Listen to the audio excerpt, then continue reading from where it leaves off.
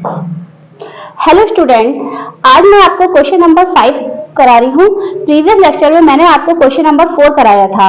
मैं आपको बता दूं, सरफेस एरिया वॉल्यूम का क्लास 10 का चैप्टर नंबर 12 चल रहा है, एक्सरसाइज 12.1। क्वेश्चन नंबर 5 देखिए।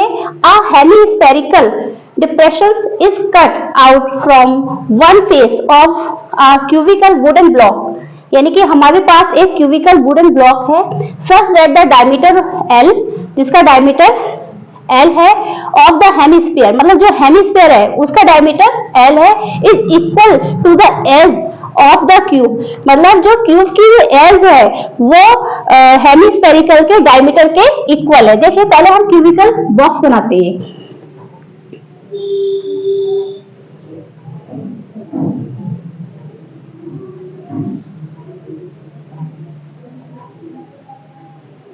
देखिए, ये हमारा क्यूबिकल बॉक्स है।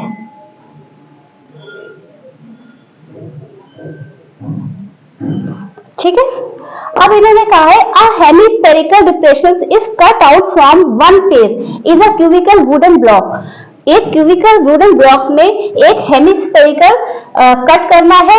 द डायमीटर ऑफ एल, जिसका डायमीटर एल है, hemisphere is equal to the edge of the cube, तो इस इक्वल है इसके एज के। इस तरीके से हम बना लेते हैं, मतलब इसका डायमीटर इक्वल है।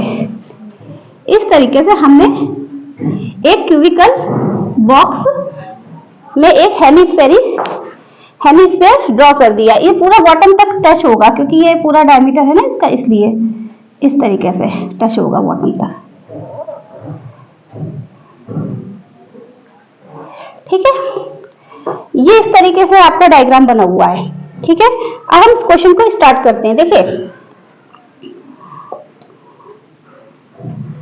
डायमीटर ऑफ हेमिस्फीयर इक्वल किसके इक्वल है? एज ऑफ क्यूब कितना है? L। ठीक है, मतलब डायमीटर ऑफ हेमिस्फीयर इक्वल होगा एज ऑफ क्यूब के। तो इसकी हमारी रेडियस कितनी हो जाएगी? रेडियस हो जाएगी हमारी L/2। ठीक है, भाई डायमीटर का हाफ हमारी रेडियस होती है। तो हमें इस सॉलिड का क्या निकालना है? सरफेस एरिया, TSA, मतलब TSA of the solid.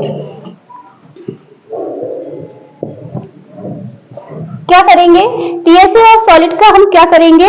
Surface area of cubical part, surface area of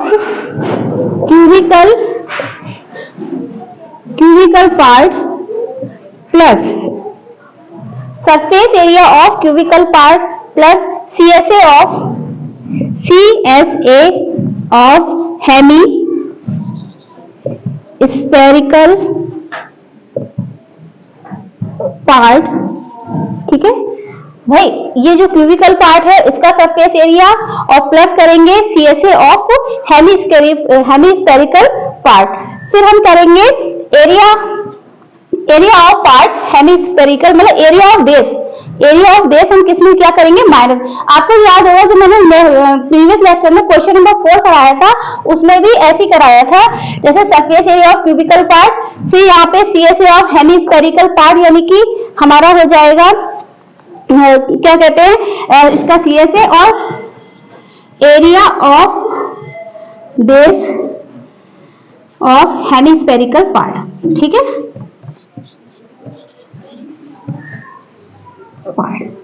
ठीक है। अब ध्यान से देखिए, surface area of cubical part यानी कि 6a² होता है, तो 6L² लिख देंगे, क्योंकि हमारी इसकी एज जो है वो L है। फिर प्लस का CSA ऑफ हेमिस्फेरिकल पार्ट यानी कि 2πr², और ये हो जाएगा पाई माइनस का πr², तो हमारा हो जाएगा 6L² प्लस का πr², तो हमारा हो जाएगा 6L² प्लस पाई, यानी कि L/2 का, ज्यादा नीचे का दिख रहा है, पाई L/2 का होल स्क्वायर, क्योंकि ये रेडियस है ना हमारी, इसलिए। ठीक है, अब हम इसको थोड़ा सा ऊपर इधर लिख दे रहे हैं क्योंकि ज्यादा नीचे का फिर दिखेगा नहीं।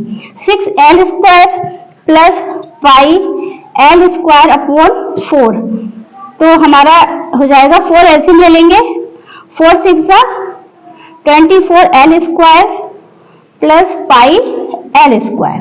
ठीक है, ये हमारा क्वेश्चन है। हम इसमें से एल स्क्वायर कॉमन भी ले सकते हैं, यहां से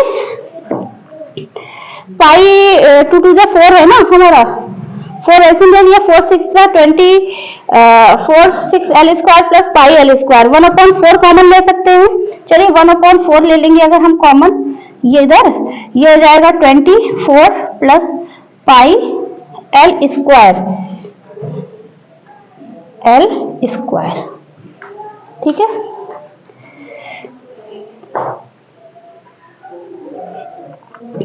one upon 4 24 plus pi L square.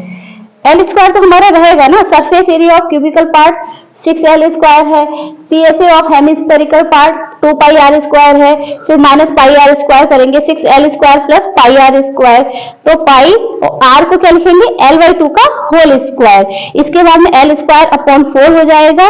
ठीक है, तो हमारा ये आंसर आपका आ गया। लेकिन क्या निकला है, सरफेस एरिया निकला है, तो हमारा ये किसमें निकलेगा, स्क्वायर यूनिट में। किसमें निकलेगा, स्क्वायर यूनिट में।